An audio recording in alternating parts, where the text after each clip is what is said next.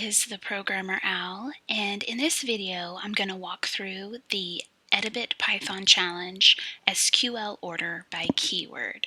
So in this challenge, what they want us to do is fill in the query in the code tab to select all data from the table, customers, and sorted by visits column in ascending order.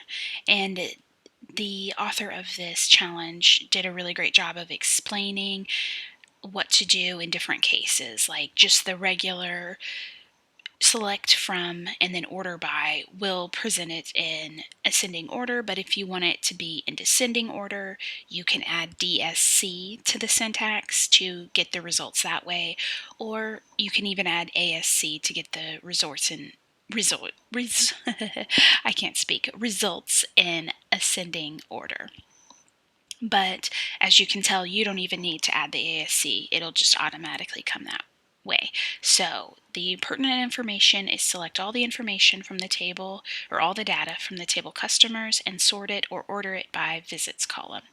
So in the code, what you'll do is select asterisk from, and the name of the table is customers.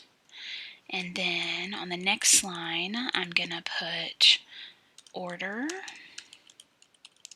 by, and the name of the column is visits. And then that should be what you need to get the information sorted the way that you want it.